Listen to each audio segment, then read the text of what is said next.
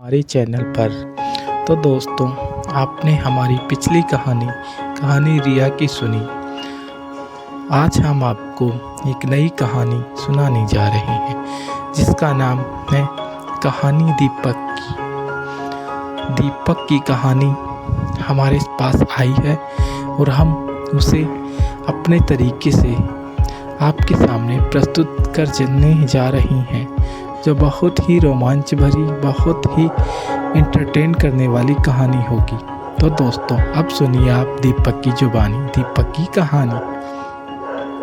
Hello दोस्तों, नमस्कार। मेरा नाम दीपक है और मैं आपको अपनी कहानी बताने जा रहा हूँ जो मेरे साथ घटित हुई है।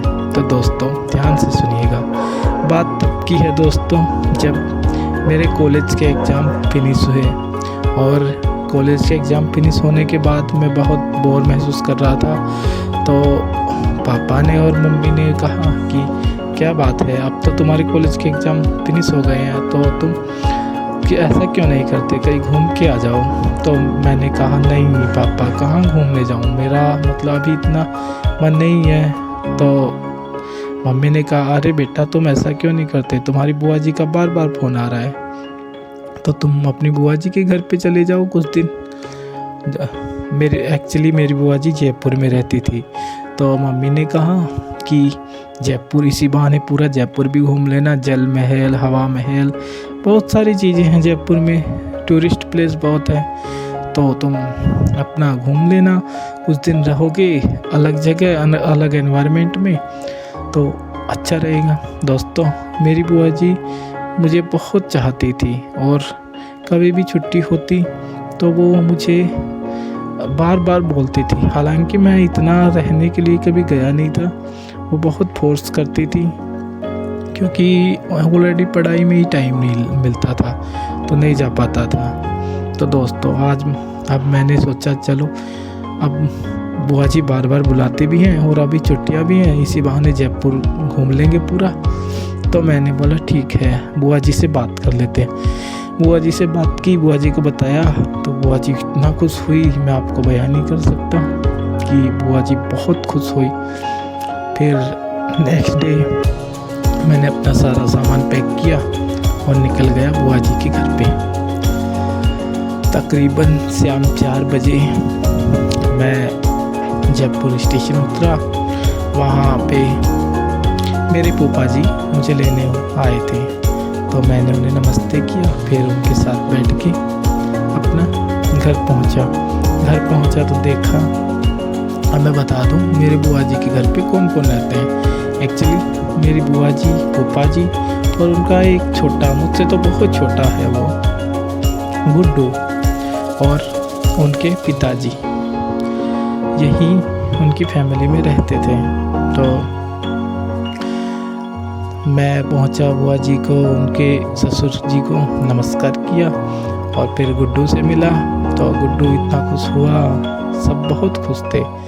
तो बुआ जी कहने लगी बेटा, मैं तो तुम्हारा कब से इंतज़ार कर रही थी, इतने दिन बाद आया है मेरे घर पे, चल आ जा। फिर मैं नहा धोकर फ्रेश होकर नाश्ता चाय पानी हुआ, ऐसे बैठे बातें करने लगे। तभी क्या हुआ कि अचानक से एक आंटी उनके घर पे आई। तो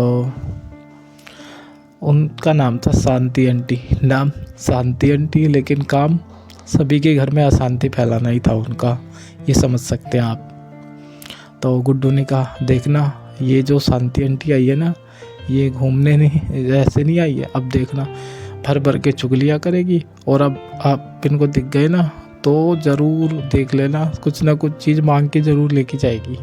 अब इसे पता है कि कोई इनके नया आया है, तो तभी आई है ये कि कुछ ना कुछ तो खाने पीने का सामान लाया होगा, बहुत मांगती घूमती है। तो मैं हंसने लगा, मैं बोला अरे बड़ी हैं वो आपसे, ऐसे नहीं बोलते गुड्डू। अब हुआ क्या दोस्तों, वो हंसते हुए, मेरी बुआ जी का नाम रमा था, तो बोली अरे रमा ऐसे, अरे रमा ऐसे, ऐसे करते करते बातें करने लगी, हंसने लगी। अचानक से उसकी नज़र मेरे ऊपर पड़ी हुई, अरे ये कौन है, तो बुआ जी बोला अरे ये मेरा भतीजा है। तो बोले हंसते हुए मेरे पास आई, मेरे सर पे हाथ रखते बोले जुग जुग जियो, जुग जुग जियो, बहुत बहुत अच्छा लड़का है, बहुत अच्छा लड़का है। ऐसे मतलब वो चिकनी चुपड़ी बातें करने लगी। फिर बोले बेटा खाली हाथ ही आ गए अपनी बुआ जी के घर, कुछ लेके नहीं आए? तो मैंने कहा नहीं नहीं हम लेके आया हूँ। तो अरे तो सिर्फ बुआ जी को ही खिलाएगा, बुआ जी के पड़ोसियों को नहीं खिलाएगा? इतनी दूर से आया है तो वो हमें भी खिला दे। एक्चुअली उनकी बात सुन के मुझे बड़ा अजीब लग रहा था। गुड्डू जो बोल रहा था वो सच था, मतलब वो कुछ भी कहीं मांगने के लिए तैयार थी। तो बुआ जी अंदर गई, बुआ जी कुछ पेड़े लेके आई और उसके हाथ में कटोरी में डाल के दिए, बोली ये लेके आया है खा ले। तो वो बहुत खुश हुई, बोली अरे अरे वाह बहुत अच्छा, ऐसे करती हुई घर से निकल गई।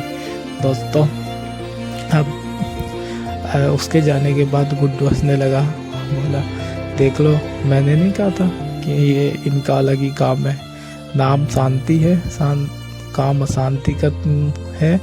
और घर घर किसी के घर कोई नया मेहमान आ जाएगी, उसके घर जरूर कुछ ना कुछ मांगने जाएगी। सुबह से लेकर शाम तक मांग के इसका काम चलता है। तो बुआ जी भी हंसने लगी, मैं भी हंसने लगा। ऐसे ही दोस्तों शाम हुई, खाना वाना हुआ, सो गए। सुबह उठा तो दोस्तों मेरी जो हैबिट थी कि सुबह सुबह मेरी हैबिट थी योगा करने की। तो मैंने कहा कि बुआ जी मुझे योगा करना है, तो मैं छत पे जा रहा हूँ। तो गुड्डू अभी उठा नहीं था, सोया हुआ था। अब मैं सुबह उठा, छत पे गया, क्योंकि सुबह सुबह योगा का मेरा प्लान होता था, सूर्य नमस्कार वगैरह सब करता था। तो दोस्तों मैं छत पे योगा करने लगा, तभी देखा, क्या देखा दोस्तों कि एक्चुअली मैं बता दूं कि मेरी बुआ जी का घर उसके ठीक बगल में था शांति आंटी का घर, और उससे के नेक्स्ट घर था जो वो था किसी लड़की का घर, यानी कि वहाँ कोई लड़की रहती थी। तो मैं सूर्य नमस्कार कर रहा था, तभी मेरी नज़र पड़ी एक लड़की, शायद वो नहा कर निकली थी, बाल बिखरे हुए थे और बालों से पानी टपक रहा था, और वो कपड़े सुखाने का में लगी थी। मेरी नज़र उस पर पड़ी तो दोस्तों पहले ही नज़र में मुझे उससे प्यार हो गया। उसका वो मासूम सा चेहरा जैसे मेरे दिल में बस गया था। मैं योगा छोड़कर उसे ही निहारने लगा दोस्तों। घुंघराले घुंघराले बाल दोस्तों उसके, और उसने पीले रंग का सूट पहना था, दुपट्टा, और बाल खुले हुए, और वो दोस्तों कपड़े सुखा रही थी। दोस्तों मेरी नज़र उस पर थी, लेकिन उसकी नज़र मुझ पर नहीं थी। मैं उसे ही देखे जा रहा था। वो इतनी सुंदर लग रही थी मुझे कि मेरी नज़र उससे हट ही नहीं रही थी।